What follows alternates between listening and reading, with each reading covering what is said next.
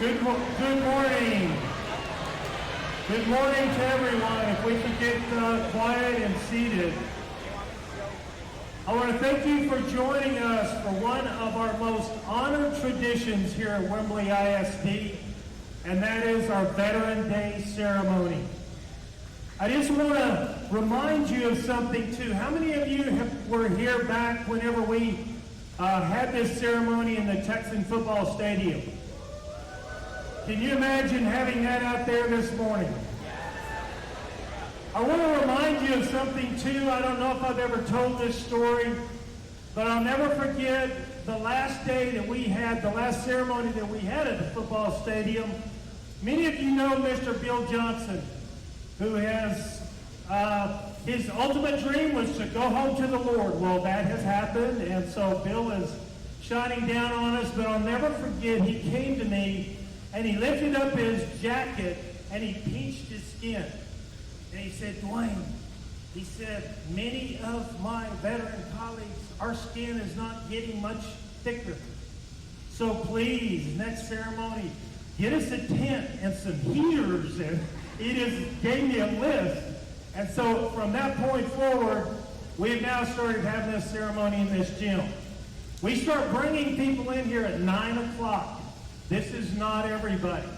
Our pre-K through third grade is at their campuses watching this live stream. Our 6th and 7th graders, I think, are also doing the same. So if you think the gym is shrinking, I think it is too. So anyway, to kick things off, this Veterans Day is very special because we celebrate the 100th anniversary of the end of World War I. It is important that we have our veterans here today to commemorate this important anniversary. Those of you who have served and sacrificed for our country are examples of honor, patriotism, and heroism. For our students and everyone here today, you are the ultimate role model and an inspiration to us all. Would the veterans here today please stand so that we can recognize you? This is all for you. We cannot thank you enough for your service.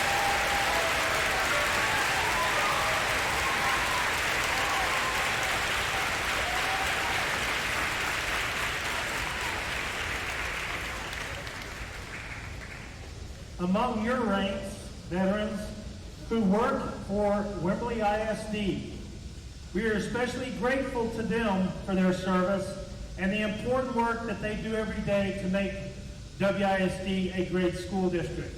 At this time, I'd like to bring forth Mr. Chris Smith.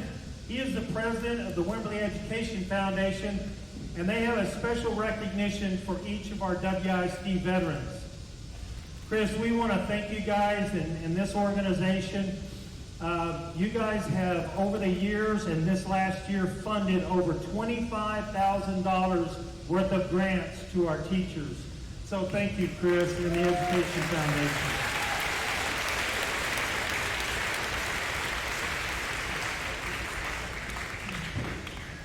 So to recognize our employees, if you will please come forward. With the United States Army, Mr. Robert Pierce, that kind of surprised me, known as Dr. Bob.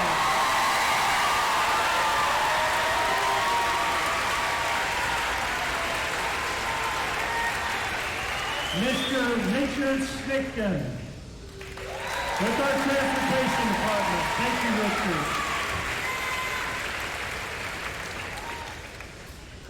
Miss Angela Gould.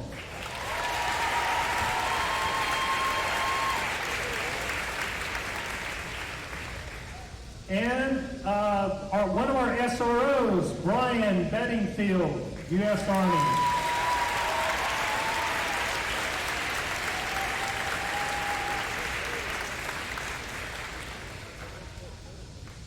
Serving for the United States Marine Corps, Ms. Kelly Parker.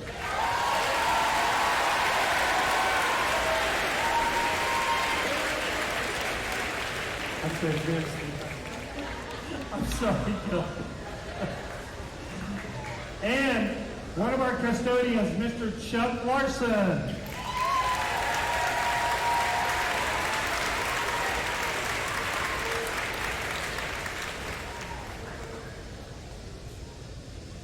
Coach Parker, I apologize. I normally call you Coach, and I saw Kelly. It kind of threw me through a loop there. United States Air Force, Tedford Heaton. Tedford here. And another SRO here on our campuses, Mr. Chase Crow, United States Air Force.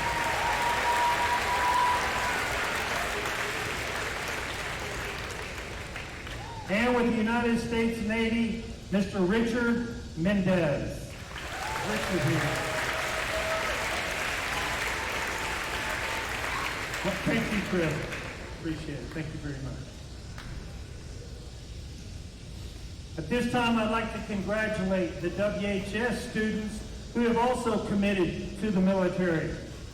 United States Marine Corps is Anthony DiCarlo here. Anthony, please stand up.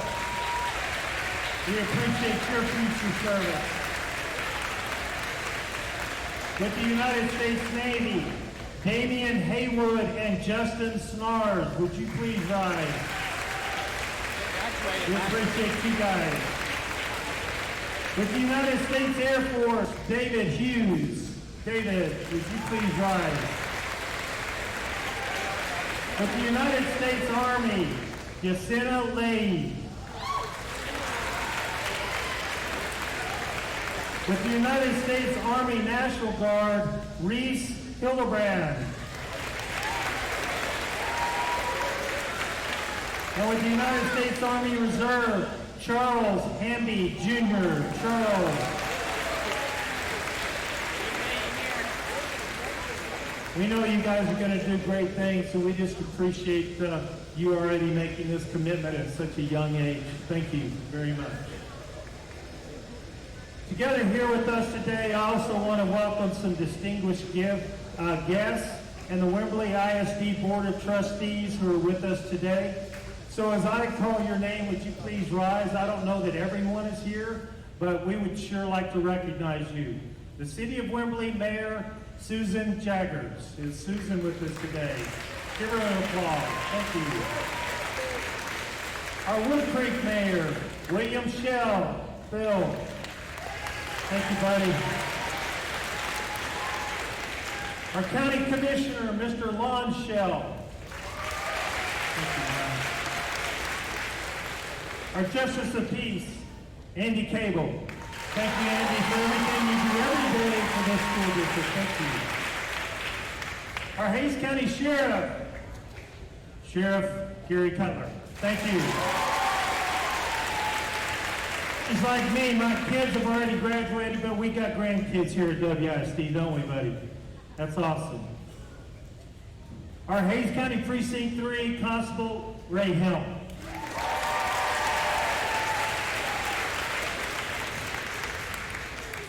We thank the constables, especially during the morning and the afternoon when the traffic is controlled. We all thank you for that. Appreciate it. Hays County Sheriff National Color Guard, would you please stand? You might already be standing. Are in the back there. They're in the back there. Great. Hays County Veteran Officer Jude Prather.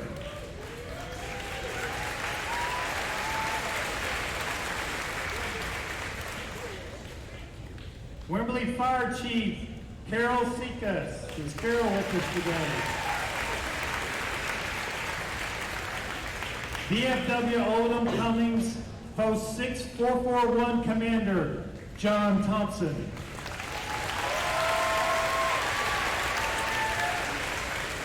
President of the Ladies Auxiliary Jennifer Bravo. Ms. Dee Howard, our Assistant Superintendent. Thank you, Dee. And for our Wimberley Independent School District Board of Trustees, President Gina Fulkerson. Mr. Ken Strange.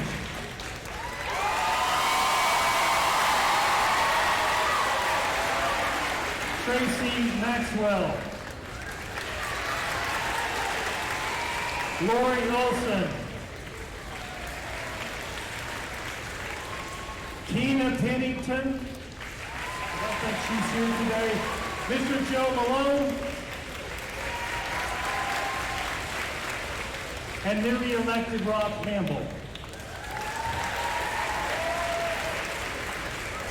And I can't believe I left this. I'm just getting really old, Jason. But our Texas State Representative, Mr. Jason Isaac. Thank you, Jason.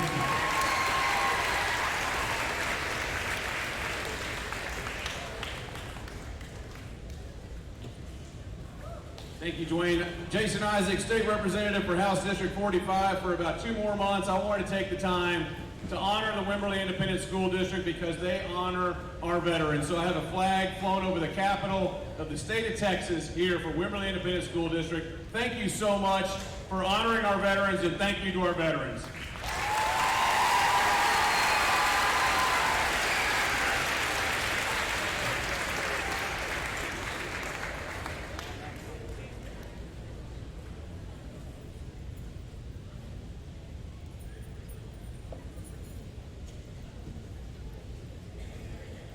And now to continue our ceremony, we welcome our guest speaker.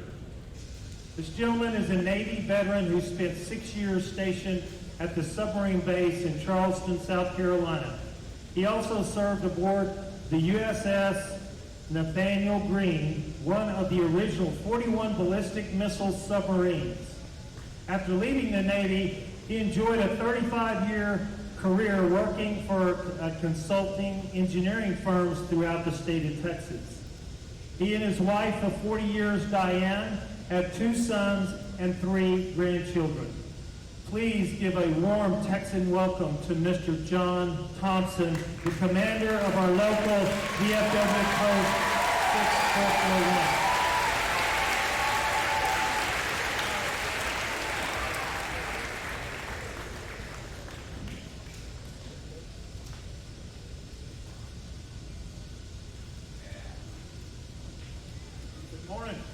Everybody hear me okay? All right. Excuse me. First of all, I want to tell you how much not only myself as a veteran, but all the veterans here today appreciate this program.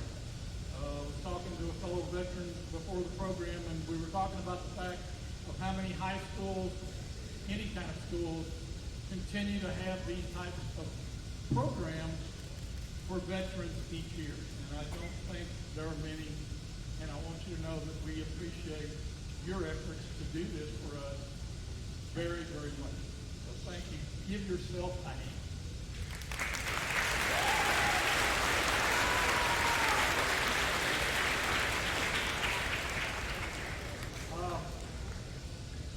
When I decided to do this speech, 1st of September, I got a piece of paper down and I started writing down notes and things like that. And something happened towards the end of September that made me throw those notes away and rethink what I was going to talk about this morning. I'm not going to go into what happened at the end of September, but just know that it changed my idea as to what I needed to tell you today. First of all, anybody that thought they were getting out of history class, sorry, maybe next year, because this speech is going to be nothing but history.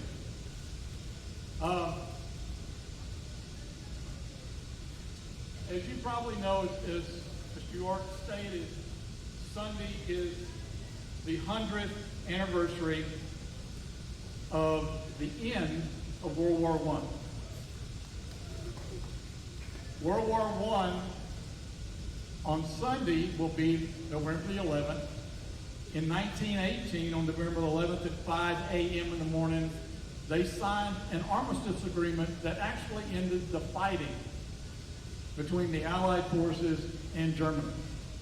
And that armistice stated that at 11 o'clock that morning, they would stop fighting. They would stop shooting. They would stop bombs. Everything would cease at 11 o'clock that morning. And it did. The actual war didn't end until a year later, or in June of 1919, when the Treaty of Versailles was signed. Woodrow Wilson, on November the 11th, 1919, actually recognized on the first anniversary of the signing of that armistice, made that Armistice Day. It has been that ever since, until 1954, when President Eisenhower decided that instead of honoring just the veterans of World War I, which is what the armistice did, they were going to honor all veterans and made it Veterans Day in 1954. Okay? What I'm going to talk to you about today is something a lot of us hear about, but a lot of us maybe don't think about. When you hear the term PTSD nowadays, most of the time you think about veterans, okay? We have all been, most of us have been in some kind of conflict. I was fortunate enough to spend all my time underwater in a submarine where nobody shot at me. Unfortunately, there were those who did not have that opportunity. When they signed up, they were sent overseas and they fought in locations and conflicts where people were shooting at you, where bombs were coming in. If you think that started just lately, it did not. The first occurrence of that particular situation started back in World War I. Back then, they called it shell shock. Shell shock was a term that the soldiers themselves came up with because of the shock waves that they encountered during the war. There was no treatment for that back then. Being no treatment and having the attitude that society had about not wanting to fight, there was a particular statistic that I read that shocked me greatly. And that was, in World War I, the British executed 306 soldiers. The reason they were executed was for one of two reasons. Either desertion, or cowardice. Most of those that were executed fall under the category of that, what they called back then shell shock. It wasn't until after the war that people started coming home from World War I, and people started also noting, or medical people started noticing that, hey, these people have some strange symptoms. Tendinitis. They were sensitive to any kind of loud noise. Some of them wouldn't talk. Some of them were retiring. They wouldn't talk to people, much less talk at all. And a medically trained psychologist named Charles Myers, started looking at these. And the reason he started looking at them was for one reason. Most of the injuries, or most of the symptoms that he saw from these people coming back from World War I were related to head injuries. Once he examined these people coming back, he noticed there were no injuries whatsoever. No outside injuries. So he started investigating this, and over a period of years after World War I, people came back and were put into, he converted like 4 or 5 buildings into hospitals. And he found out if we brought those people in, put them in a very calming environment, asked them to sit down and write about their problems and their experiences, it changed many of those people. And they went on to lead a very productive life. Okay? Moving forward, actually moving backward just a little bit, we look at the Civil War or the Revolutionary War, and those instances happened in those wars also. But back then, nobody looked at it that way. Nobody realized it was some kind of stress disorder. They had no clue, because that type of investigation or medical reasoning didn't exist. So Civil War was one of the most bloody fought wars there were. People came back missing limbs, went back to what they normally would do in a life that they left years before. And I want you for just a minute, on that vein, look at yourself and say, okay, here I am, family, great life, great school, great teachers, and now I'm going into another environment, voluntarily going into another environment, knowing what that environment may be like.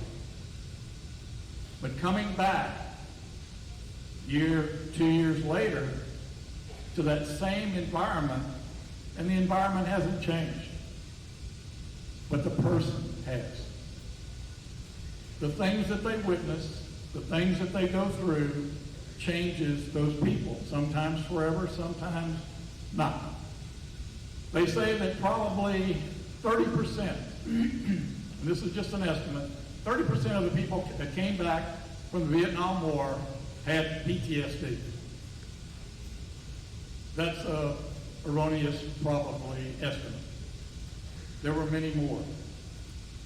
I am personally what they call, people have told me, well, you're a Vietnam vet. Well, no, I'm not. I and a lot of other people are Vietnam-era veterans. A Vietnam veteran is those people that set foot in Vietnam and witnessed all of the Vietnam War firsthand. Those people came back changed. Probably 10 or 11% of the people that came back from the Iraq War, the Afghanistan War, Desert Storm, those people were changed also, for basically the same reasons. And we need to understand that as a community and as a society, that normal people go to these conflicts and come back with things they don't want to talk about and you don't want to hear about. The whole point of this speech this morning is to let you know that you need to look at those people differently, that they have suffered something that hopefully you will never have to deal with. And why did they do it? So we can be here today and have the life that we have. Thank you very much.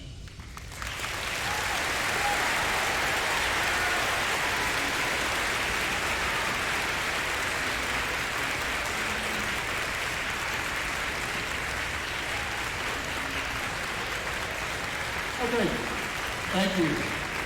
I'd like for everybody to stand. Come on, everybody up. And we will be standing for a while.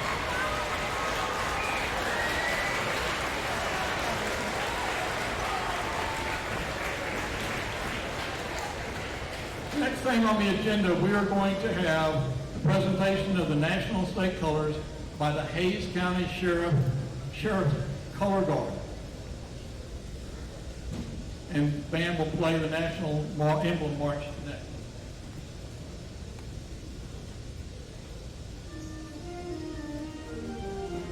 Present arms.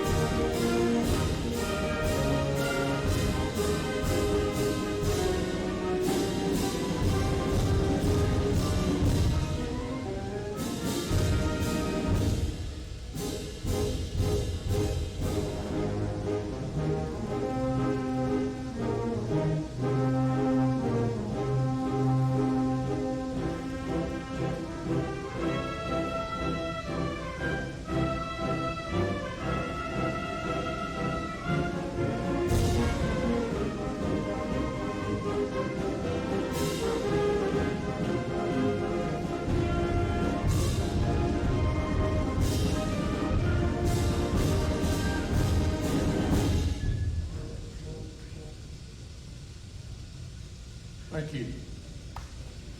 Order arms.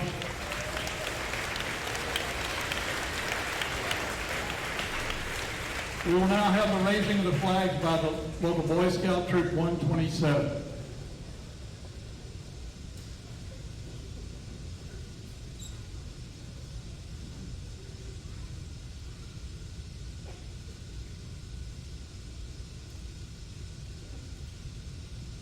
All right. The Danforth Junior High National Junior Honor Society, it's easy for me to say, will now lead us in the Pledge of Allegiance. Present arms.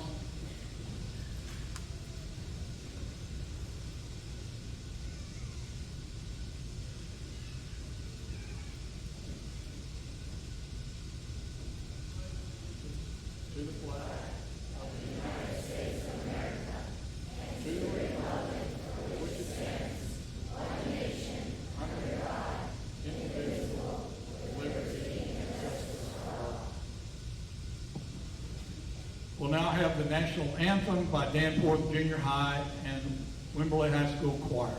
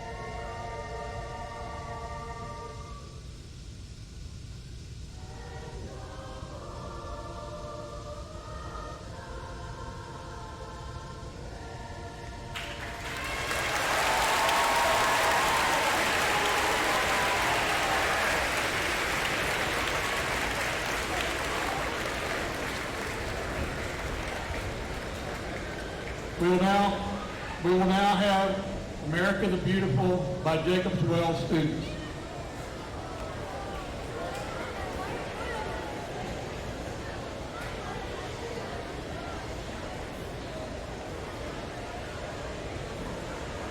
Please. Okay.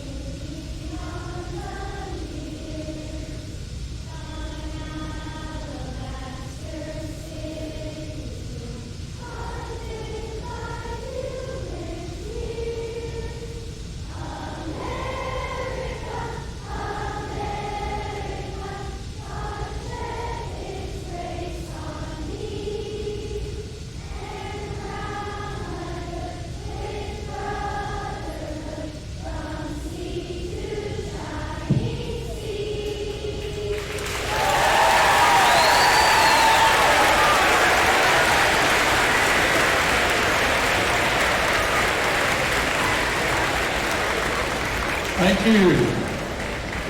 The Wimberley High School Texan Band will now play a medley of the Armed Forces themes. Y'all can be seated.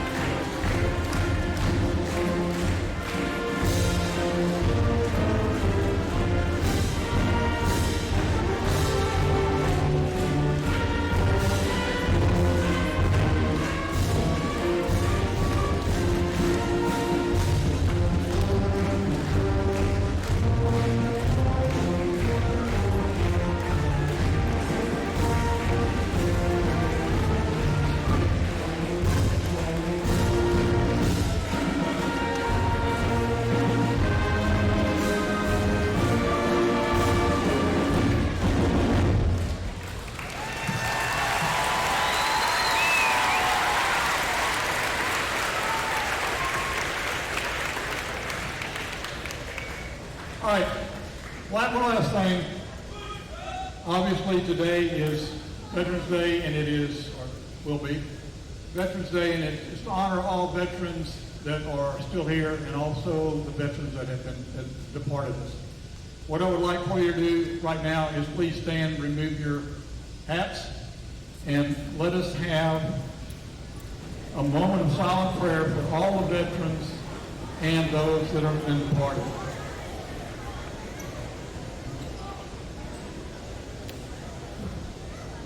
Please bow your head.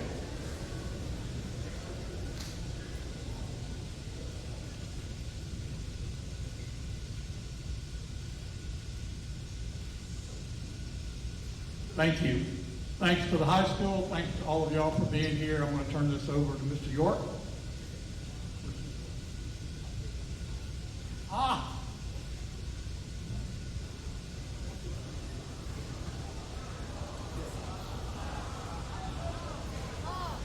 All right. Right after the ceremony today, or the event today, all of those who don't have to go back to class are welcome to come by the post. We have a reception that we're going to have. Also tomorrow, from 11 to 2, we have our Veterans Open House, Veterans Day Open House. At the post, 11 to 2, free barbecue for all the veterans. And it is, our first was last year. It was a huge success. We had over 250 people. It was great. What we're going to do right now is, they've already exited, but we're going to have you stand for the playing of taps.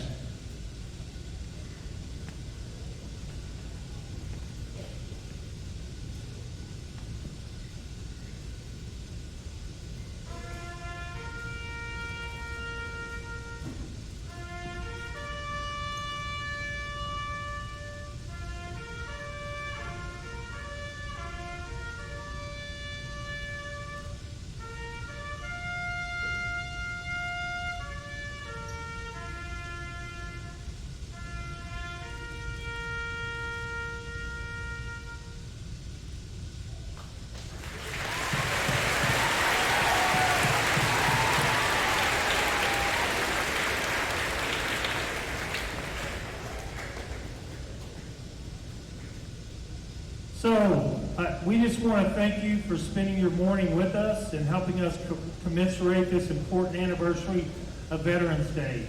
Again, thank you to our veterans. This service and today is for you. We love you, God bless you, and thank you for everything that you've done for us. One more round of applause for our veterans here today. Thank you so much.